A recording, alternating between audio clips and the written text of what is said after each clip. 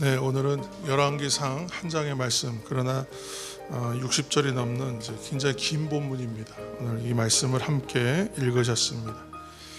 언약궤가 이제 옮겨지고 이제 또 성전이 봉헌되었고 이제 연설과 이제 기도문이 함께 이어지는 이제 그런 본문입니다. 물론 이제 이게 실제의 순서상의 이 문제가 좀 있습니다. 순서가 다 맞느냐?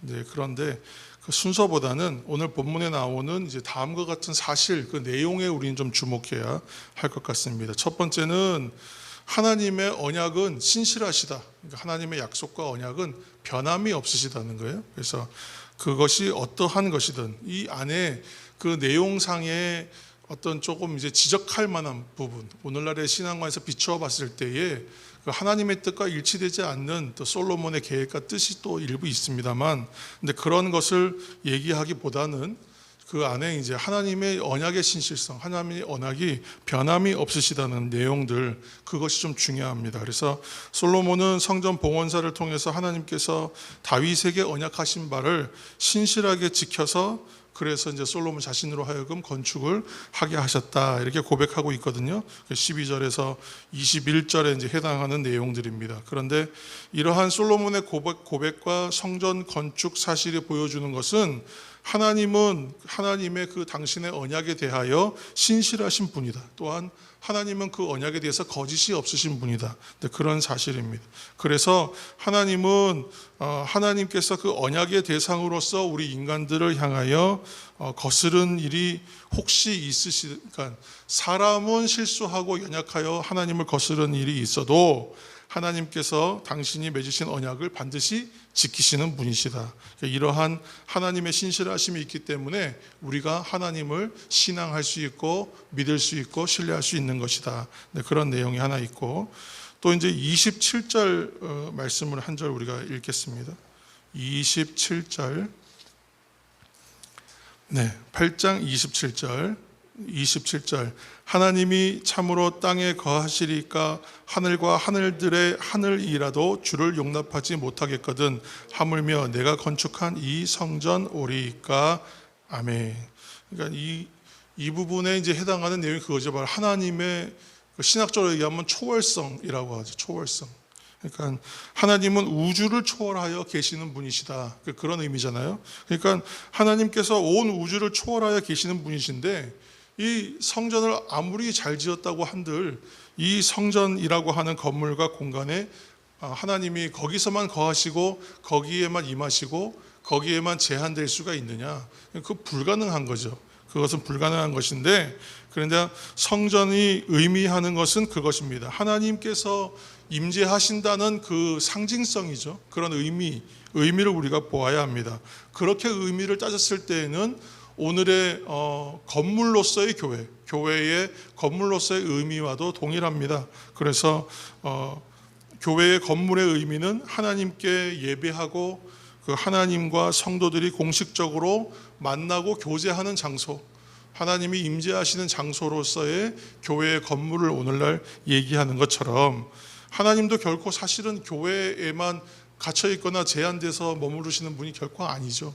그런 것처럼 성전도 그러한 의미입니다. 그래서 하나님은 초월적 존재이시기 때문에 오늘날 우리에게 주어진 성도의 삶이 강조되는 이유, 오늘날 예배적 삶이요 또 하나님 앞에서의 삶, 성도의 삶을 강조하는 이유는 정말 중요한 것은 하나님이 임재하시고 함께 하시는가, 그 각각의 교회로서의 성도의 삶에 하나님이 실제로 함께 하시는가, 이것이 중요하기 때문이죠. 그렇기 때문에 성도는 신앙의 형식이 중요한 게 아니라 진정한 내용, 그래서 하나님을 향한 진정한 자세와 그 신앙의 삶을 실천하는 실제의 삶의 모습, 그것이 중요하다는 겁니다. 성전 건축은 다윗의 간절한 소원이었고 이스라엘 민족들의 보편적인 바람이었던 것이 사실이죠. 그리고 그 성전이 마침내 솔로몬 손에 의해서 건축되는 것입니다. 그러나 성전이 지어졌다고 해서 이스라엘의 하나님의 축복이 자동으로 임하느냐? 결코 아니잖아요. 교회와 건물을 잘 지었다고 해서 거기 하나님의 영광의 역사가 늘 나타나느냐? 절대 그렇지 않잖아요. 그러니까 이게 성전의 건축의 의미는 그런 쪽에서 바라보아야지 성전의 건축으로 인하여 무엇이 다 된 것으로 여길 수는 없다는 거예요. 그러니까 성전은 하나님의 임재의 상징적인 처소다. 신앙의 매개체가 될 뿐이다. 그러나 이 성전을 통해서 다만 좋은 점은 뭘까요? 하나님을 생각할 수 있고 하나님을 만나는 곳으로 생각하여 우리의 신앙과 어떠한 그러한 것을 세워가는 데 있어서 곧 하나님께 순종하는 삶을 살아갈 수 있는 것을 계속 요구받고 촉구받을 수 있다는 거예요. 그러니까 그거 참 좋은 것입니다. 그래서 하나님의 축복을 그래서 받을 수 있게 되는 것입니다.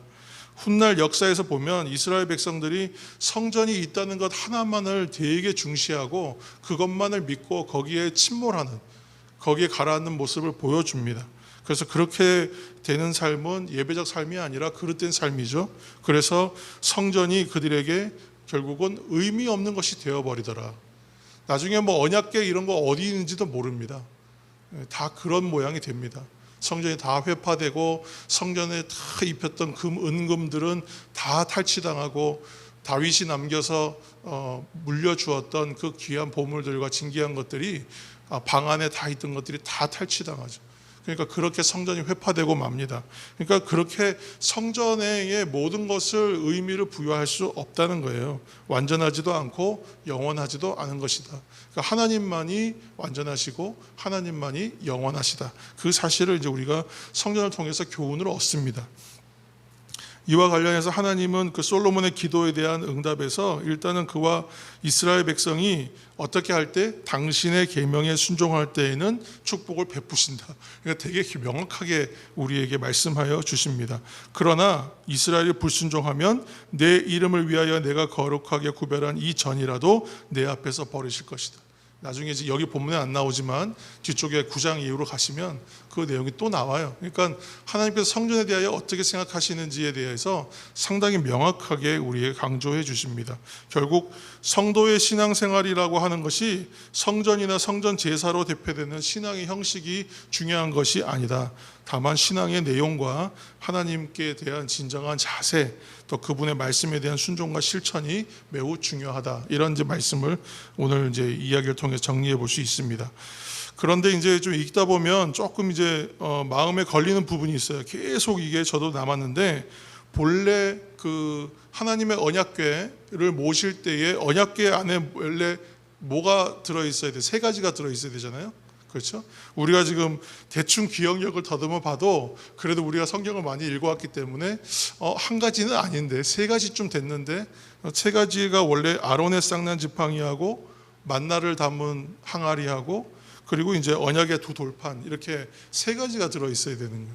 근데 지금 언약궤에는 언약의 두 돌판만 남아 있어요. 그렇죠? 이 부분에 대해서 이제 조금 더 살펴봐야 되는데 오늘은 이제 그것이 왜 없냐 그 얘기를 하기보다 이 물건들은 그러면 어떤 의미가 있느냐. 사람들은 이 언약궤를 굉장히 신성시하고 이 언약궤 안에 있는 물건들은 더더욱 신성시했을 거 아니에요. 그래서 이 언약궤가 중요한 것이었고 이 언약궤만 있으면 전쟁에서도 이기고 만병통치약이라고 생각했단 말이에요. 그런데 이것이 그러면 하나님께서 베푸신 기적과 이적을 위한 어떤 설명해 주는 물건이냐? 물론 하나님의 이적과 기적을 베푸셨던 그 증거이죠. 그러나 그 내용은 사실은 인간의 죄와 불순종을 보여주는 물건에 더 가깝습니다. 그렇죠? 그래서 첫 번째 두 돌판은 원래 첫 번째 두 돌판은 어디 갔습니까? 여러분 기억나십니까? 두 돌판은 모세가 화가 나가지고 깨뜨려 버렸어요. 그렇죠? 그러니까 존재하지 않죠. 그래서 첫 번째 두 돌판은 다 가루로 내갖고 물을 내가지고 백성들에게 다 마시게 하고, 그렇죠? 그리고 3,000명을 그냥 처벌하는 것으로 그 금송아지 사건 그 때문에 그 분노해서 그렇게 하고 나서 다시 올라가서 하나님 앞에 받았던 것, 그것이 두 번째 돌판인데 지금 이 언약궤 안에 있다고 말하는 건 그 두 번째 돌판이에요. 그러니까 인간의 죄가 어떠한 것을 그 증명해주고 보여주는 것, 그 증거예요. 기적과 이적과 같은 것이지만, 두 번째로 쌍난 지팡이는 그것도 고라 자손들이 반역했을 때에 하나님의 권위에 대해서 이것은 반역한 것이거든요. 모세의 권위에 대해서 했던 것은 하나님부터 위임받은 권한이었기 때문에 그것은 이제 그래서 죽은 나무에 싹이 나게 하시는 것, 그 이적을 베푸셨는데, 이것도 하나님 앞에서의 불순종과 권위에 도전했던 인간의 죄악된 모습, 그것을 증거하고 그것을 의미하는 거예요. 그리고 또 세 번째, 만나도 마찬가지죠. 만나를 주신 동기는 이 사람들이 이제 애굽에서 나오면서 제일 먼저 불평했던 것이 뭡니까? 바로 먹을 것, 떡과 물을 내라, 그거였죠. 그래서 그것만 확보되면 그러면 내가 우리 하나님 예배하고 잘 섬길 수 있다, 그렇게 얘기해서 하나님이 만나를 주시기 시작하는데, 그 기간이 얼마냐 하면 무려 40년 동안 주시는, 40년 동안 하루도 빼지 않고, 안식일에는 두 몫을 미리 거두게 하셔서 하루도 거르지 않고 먹이시는 거예요. 먹고 사는 문제만 해결되면 하나님 잘 섬길 수 있다는 말에 시작한 것이었는데, 그 기적을 매일 40년을 경험하고도 백성이 변화되었느냐? 그렇지가 않아요. 그래서 이 말씀, 이러한 일들 때문에 이제 신명기에 가면 신명기 8장에 이제 말씀이 나오죠. 사람이 떡으로만 사는 것이 아니에요. 그 말씀이 나오는. 성경 안에 하나의 맥이 흘러가는 모습을 보면 참 놀랍습니다. 그리고 예수님이 이 땅에 오시는 거예요. 왜요? 사람이 떡으로만 살 수 있는 것이 아니기 때문에, 그래서 말씀으로 오시는 거예요. 그렇죠? 예수님 말씀이세요. 그리고 사람이 떡으로만 사는 것이 아니기 때문에 요한복음의 말씀대로 예수님이 생명의 떡으로 오시는 거예요. 예수님이 오시는데, 떡으로 오시는데 어디로 오시냐면 베들레헴으로 오시잖아요. 그 베트 레헴, 거기 뜻이 뭐냐 하면 떡집이에요. 떡집, 우리말로 해석하면. 그러니까 참 기가 막히게 또 해학적으로 해석하면 해학적으로 들리지만, 예수님께서 정말 생명의 떡으로 오시고 말씀으로 오시고 그 사람이 먹는 떡으로만 오시지 않고 또한 떡집으로 베들레헴으로 오신다. 그것을 보면 결국은 먹는 것으로 해결되는 것은 아니다. 진정한 말씀을 받아들이고 말씀대로 살아야만 한다. 결국은 사람은 경험하고 하나님을 체험하지 않으면 자신의 존재됨, 자신이 누구인지 이해하지를 못하더라.